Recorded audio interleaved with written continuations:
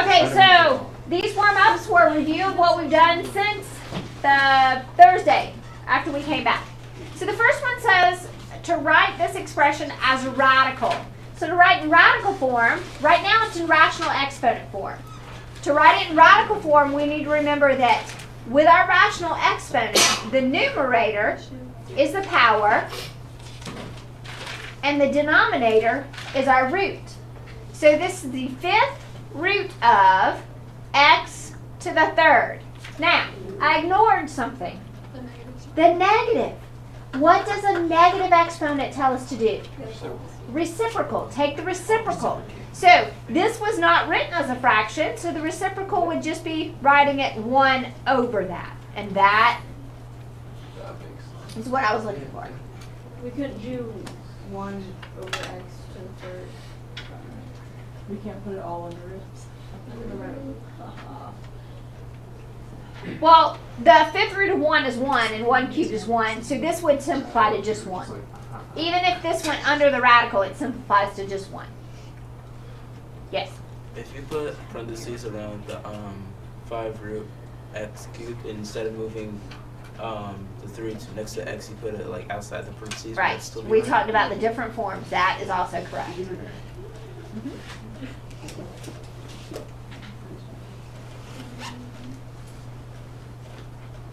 All right. Okay, the next one, ask us to evaluate. It should say simplify, but it says evaluate. We can't come up with a value. Bad direction. So it should say simplify. All right, so if we were going to simplify this first one, we are going to do the reciprocal.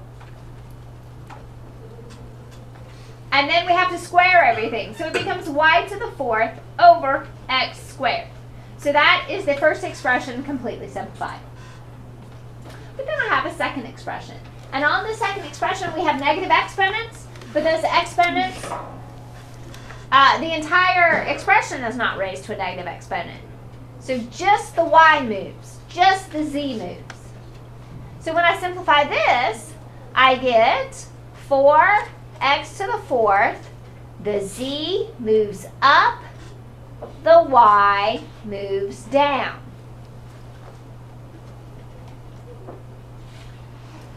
So now I'm multiplying fractions. And when you multiply fractions, if everything's written as multiplication, you can cancel anything in a numerator with anything in a denominator. So I'm going to say these 3 y's, we'll take out 3 of those. And then 2 of these x's, we'll take out 2 of those. So I've eliminated everything from the denominator. Do I need the 1 to hold the place when I eliminate everything from a denominator? No. Do I need it when I eliminate everything from a numerator? Yes. Yes. Okay, good. So here, I just have 4, an x squared, a y, and a z squared remaining. And I do not need to write that over 1. Okay, what kind of questions do we have about number 2?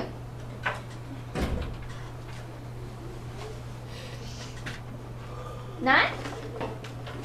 Okay, so let's take a look at number 3. So number 3 says 2 things. Write as a product of powers. So we're going to write all of this to the 1/4 power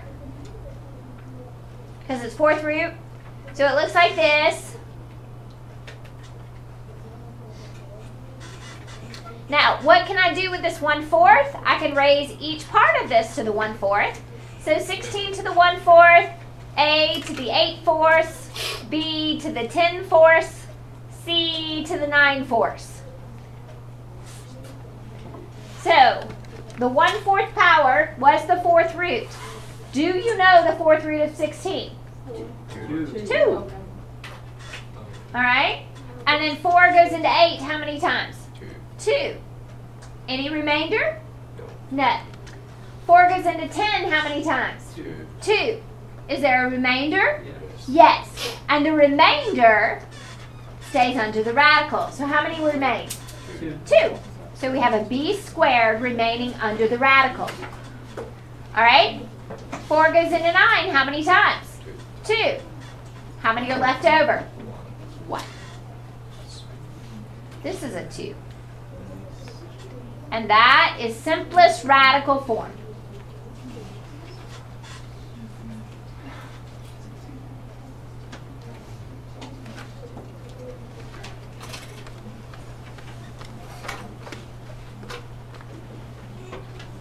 Alright, so let me show you one other thing about this. 2 to the 4th is 16. 16 could be written 2 to the 4th.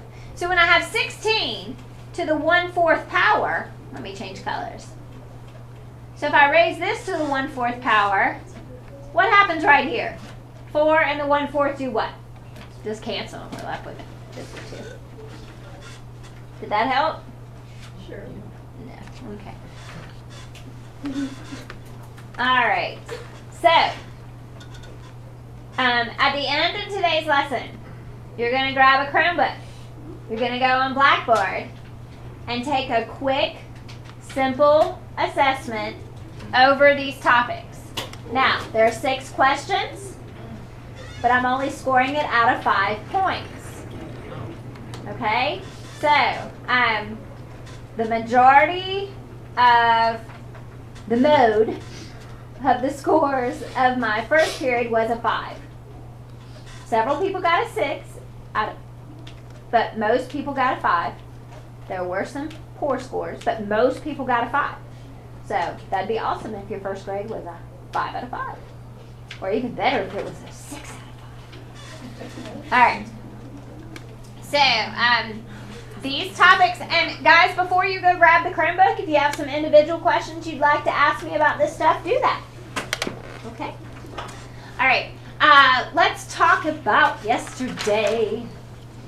So yesterday, you guys learned about, or basically refreshed yourselves on how to model exponential functions. And so y equals a times b dx, where a represents our initial amount, b represents our multiplier, and x represents the number of time periods. Now, if we have a situation that involves growth or decay and they give us a percentage, to find that multiplier, you would change that percentage to a decimal and add it to 1 if it was growth, subtract it from 1 if it's decay. So if it's increasing, it's 1 plus the percent. If anything is decreasing, it is 1 minus the percent. But if we have words like double, triple, quadruple, half, it's just those numbers. Double would be 2, triple would be 3, half would be a half.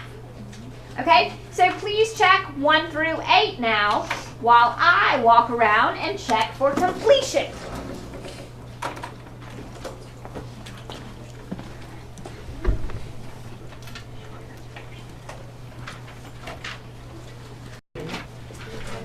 Okay, so 1 through 8, we're just finding that multiplier. So number 9 is where the real stuff starts. Modeling situation. So the first one was a population with respect to time. The initial population they gave us was 230,000.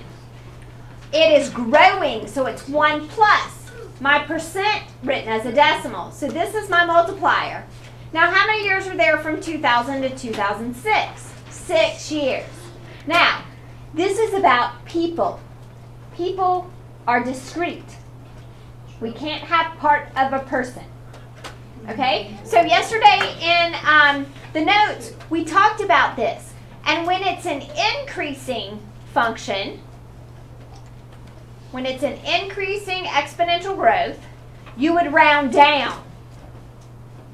So you should round down to the previous person. So if there was any decimal that occurred after the 4, we're rounding down. So when it's increasing, we round down.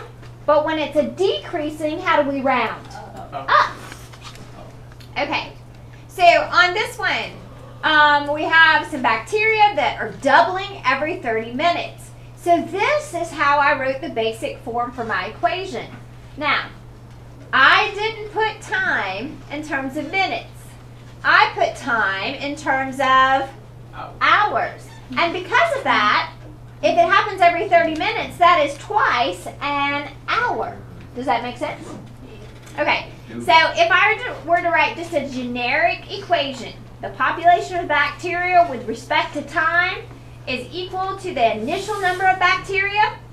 They are doubling twice an hour. That's what that equation means. So, 5 hours later. Well, if it's 5 hours, how many times does it double? 10. So then, just 5 hours later, we have 20,480 bacteria. Okay, now this one is a decreasing, decline. So when I do 1 minus the percent written as a decimal, my initial amount and the number of years from 1950 to 1982 is 32 years past. Does that make sense? Because this is decreasing, I round up to the previous. It's decreasing, it's a discrete measurement because we're talking about people again. So we would round up. So 58,831. Does that make sense? Yes, sir. Well, this is for the next, sorry. Okay. So the next one is about compounding interest. So when we see the word compound, we would use compound interest formula, which I will give you on the quiz or test. Okay? So you will have access to view this formula. Okay? So you don't have to memorize this. Now what I don't do is I don't tell you what every little part is. So you have to know what all the parts mean. So P stands for our principal, which in terms of financial investment represents the initial amount of money we invested. R stands for an interest rate. N represents the number of times that interest is compounded per year. What does that mean? So with my savings account, if my interest is compounded monthly, at the end of every month, they determine my interest added into my account. So the next month, not only did my original money earn interest, but my interest now earns interest. That's why it's compounded. That's why we use that word. Because your interest ends up earning interest. All right, so here we go. In this particular problem, our initial investment was $900. Our rate is 6%, which is extremely high. Because currently, my savings account earns 0.25%. 0.25. All right. Now, it is being compounded quarterly. So quarterly means how many times a year? 4. And for 12 years. So this is a nice interest rate because look what happens in 12 years. You more than double your money if you just leave it there. Okay, so when it says like something's done like annually, quarterly, or like semi-annually, are you just gonna divide the rate by it and not like change the number? Okay, so N goes here and here. So when we have quarterly, that's why the 4 is here and the 4 is there. So however it's compounded, whichever one of these it is, goes here and here in the equation. Only in that kind of cases. Only when it's compounded. Okay, good. What if it's not compounded You and only- you have it quarterly? Is that what it is?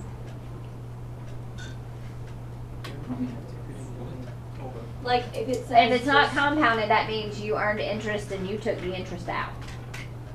Okay, So you we're wouldn't not have gonna- a you wouldn't have a financial problem like that. Okay. Okay. There's also simple interest, but that's usually a different scenario, and that involves, instead of investing, that generally involves borrowing money. All right. So 13. This is our first decay. No, it's not. This is a decay problem, though. All right, so we have this colony of termites, but they have been treated, so they're starting to die off. Okay? So with our multiplier, because they are decreasing, we are killing off the termites. It's 1 minus that percentage written as a decimal. So this happens every day. So every day for 3 days, our time would be 3. So our initial number of termites times 0.6 to the third, we now have 172,800 termites. Do you guys notice how I'm using a unit for every single one of these word problems? Did you? Great. You should. All right. Now this says 36 hours, but this was in terms of days. So what would we do with the 36 to find out how many days that was? Yeah, it's just 1.5. Divide by 24. 1.5. So that's how many termites we would have. This has 2 weeks. Well, how many days are in 2 weeks? 14.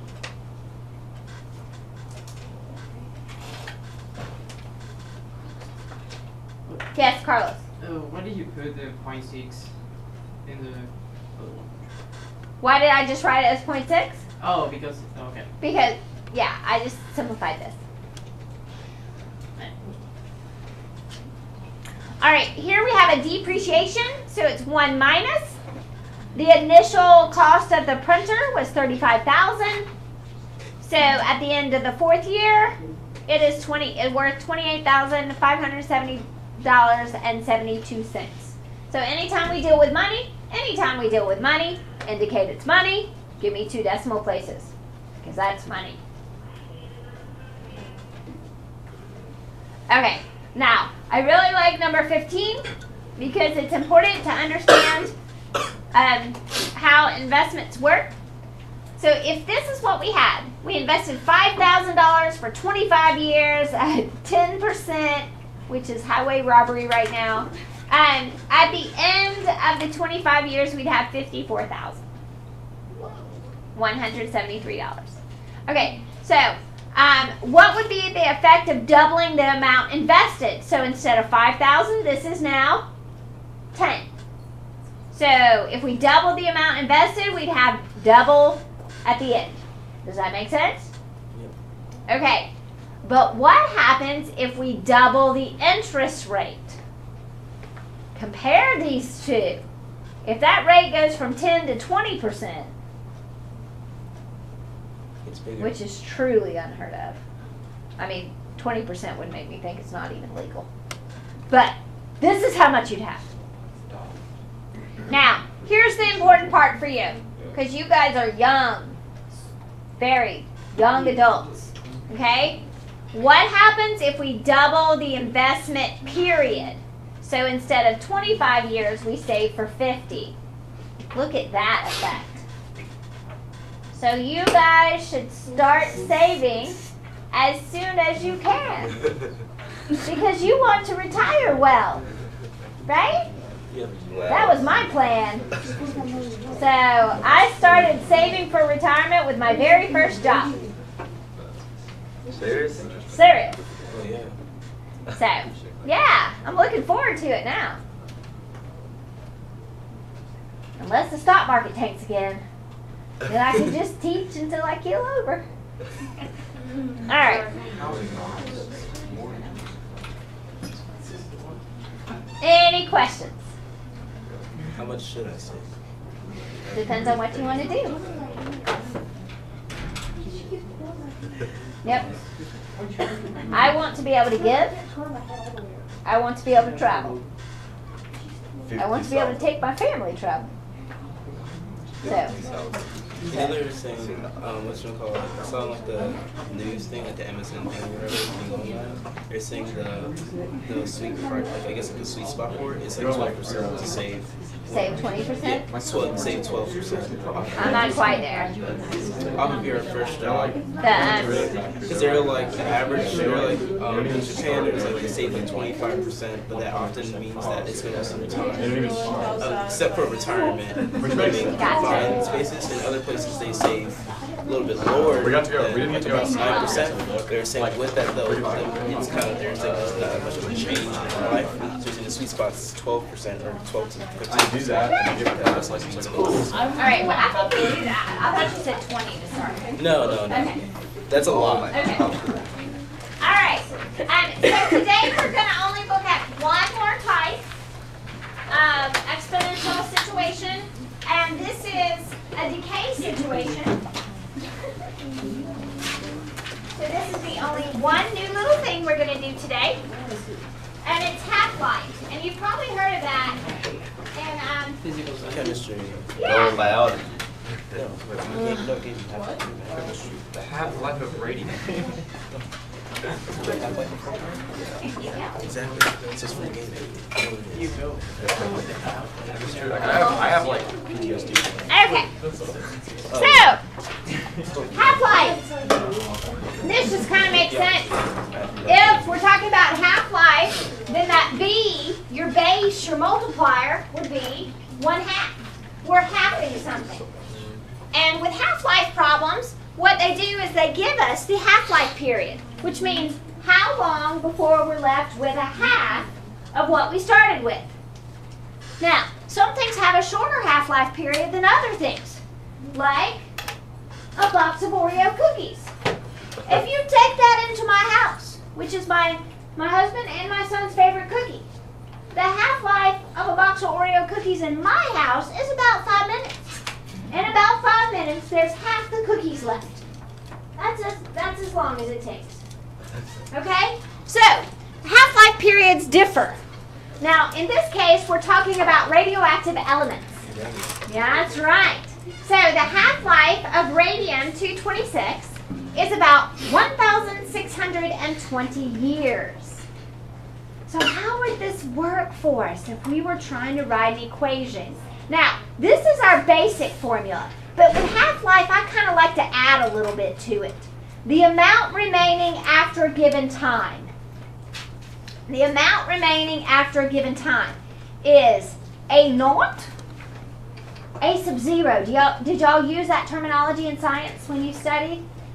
Anything that has a 0 means the initial amount, or the amount at time 0. So that's what this means. A0 just means the amount at time 0. That's all it means. Looks scary, but it doesn't mean anything scary. Just means the initial amount. So it's not any different than our little a right there, is it? And then with half-life, it's half. And then what we do is we take the time and we divide it by the half-life period.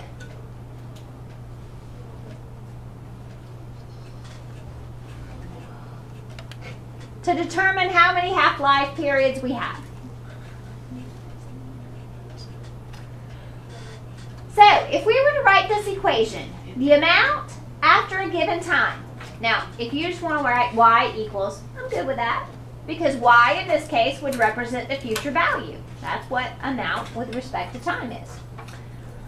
The initial amount, they didn't tell us yet. So we have to use a variable to represent that. Because we weren't told. Whatever the initial amount is, it is half-life. And anytime it's half-life, my base, which is the multiplier, is 1/2. Now, I'm going to let t represent time in years, and then the half-life period is 1,620 years.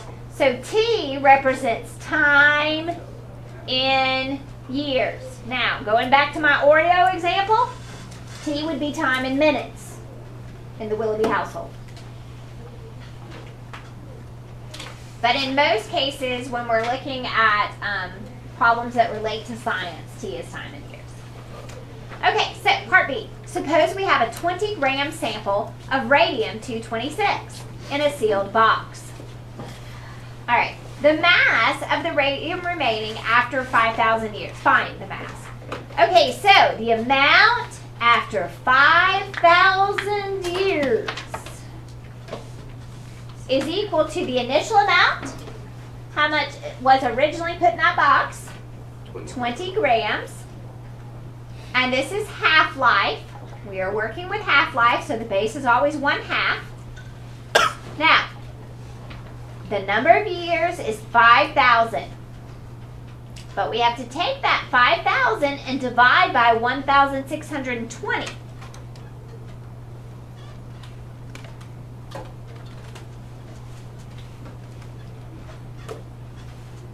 All right, so we punch in 20. And then 0.5, or you could do 1 divided by 2, that's fine. And then up in the exponent, you would do 5,000 divided by 1,620. And so the amount remaining after 5,000 years is approximately 2.355 grams. Okay, now this is a continuous variable because it's weight, it's a measurement. It's not a discrete variable, so we don't have to round up or down. I just usually give 3 decimal places. I round to the nearest 10th, 100th, 1000th place. All right, so you try. An element decomposes radioactively. Its half-life, the time it takes for half the sample to decompose, is this time 1,800 years. So the amount with respect to time is that initial amount, and then 1/2 to the t divided by what this time? 1,800.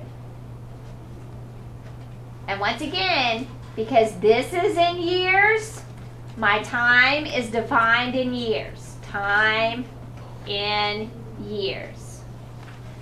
So the unit here defines the unit here. Okay, so let's see if you can plug and chug. Put these numbers in and see what amount is remaining.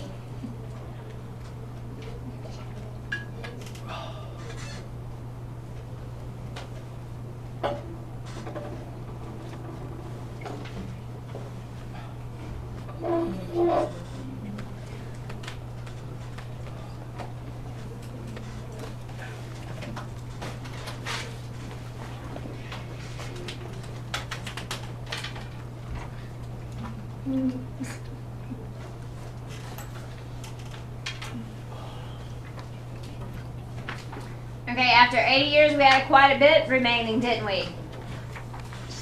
Kind of near. The original amount was 50 grams. After 80 years, almost the human lifespan, we're only down to 48.483 grams. Very little